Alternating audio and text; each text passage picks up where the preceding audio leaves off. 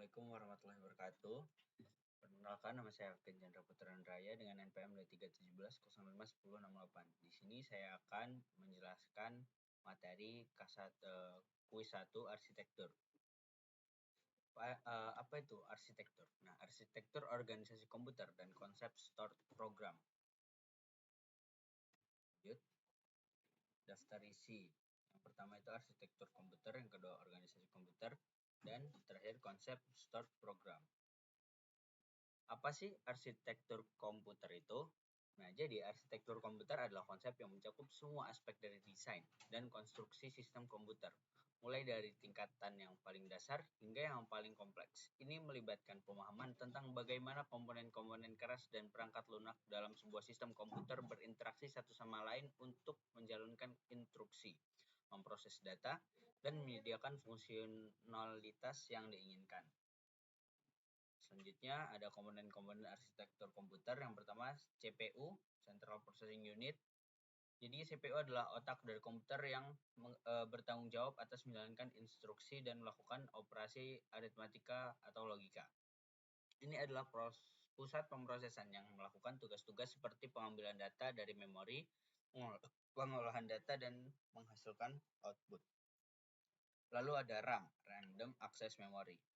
RAM adalah tempat penyimpanan data sementara yang digunakan oleh CPU saat menjalankan program. Ini menyimpan data dan instruksi yang sedang digunakan saat komputer menyala, tetapi data akan hilang ketika daya dimatikan. Selanjutnya, Read-Only Memory atau ROM. ROM berisi instruksi penting yang dibutuhkan oleh komputer saat booting atau menyalakan.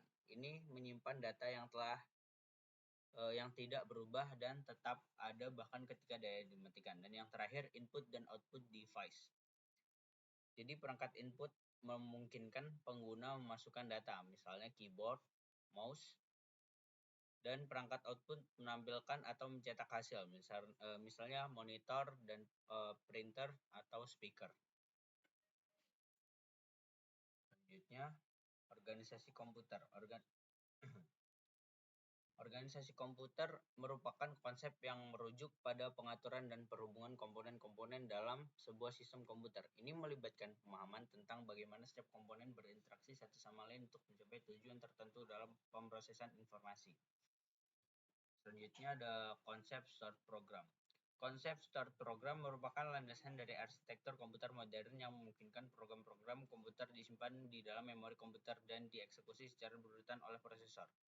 Ini adalah satu terobosan paling penting dalam sejarah komputasi yang mengubah cara komputer dioperasikan dan memungkinkan fleksibilitas yang lebih besar dalam pemrosesan informasi. Yang pertama itu ada program sebagai data. Dalam konsep start program, program-program komputer dianggap sebagai data yang dapat disimpan dalam memori komputer. Sebelumnya, pada era komputer awal, instruksi-instruksi program biasanya diwakili oleh skalar atau jalur kabel yang terhubung secara fisik dalam komputer. Lalu ada eksekusi secara berurutan. Dalam konsep start program, instruksi-instruksi program disimpan secara berurutan di dalam memori komputer.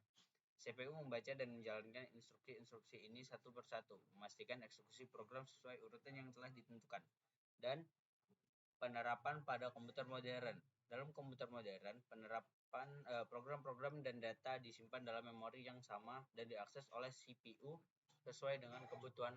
Meskipun teknologi dan arsitektur telah berkembang pesat sejak diperkenalkannya konsep ini, prinsip dasarnya tetap sama. Oke, contoh-contoh arsitektur komputer yang populer. Yang pertama, x86, Intel dan AMD. Prosesor Intel dan AMD berbasis arsitektur x86 digunakan secara luas dalam berbagai aplikasi mulai dari PC hingga pusat data. Lalu ARM, Advanced Real Machine. Prosesor ARM ini konsumsi daya yang rendah dan efisiensi yang tinggi, menjadikan pilihan yang populer untuk perangkat seluler dan embed. Power IBM. Power terkenal karena skalabilitas yang tinggi dan kinerja yang kuat. Lalu SPARC, Scalable Processor Architecture.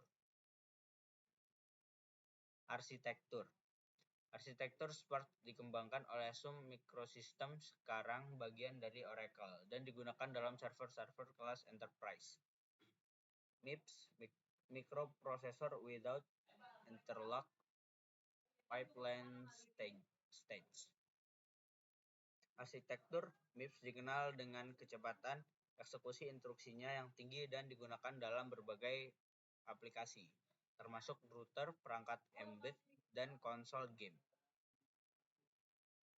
Lalu keuntungan dan kekurangan arsitektur komputer. Keuntungannya itu ada kinerja yang tinggi, efisiensi energi, skalabilitas, dan fleksibilitas. Kekurangannya itu ada pada biaya, kompleksitas, kompabilitas, dan konsumsi dayanya itu tinggi. Nah, kesimpulannya, dari paparan sebelumnya dapat disimpulkan bahwa arsitektur komputer, organisasi komputer, dan konsep start program merupakan fondasi utama dalam desain, implementasi, dan penggunaan sistem komputer modern.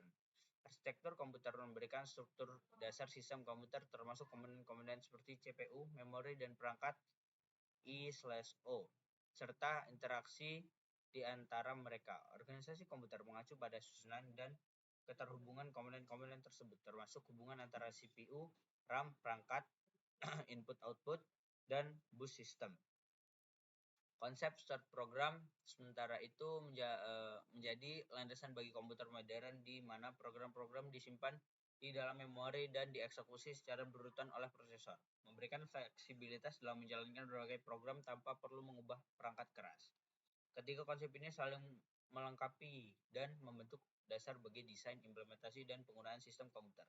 Dengan pemahaman yang kuat tentang arsitektur, organisasi, dan konsep start program, para perancang pengembangan sistem komputer dapat menciptakan sistem yang efisien, fleksibel, dan sesuai dengan kebutuhan penggunanya. Sekian dari saya akhiri. Assalamualaikum warahmatullahi wabarakatuh.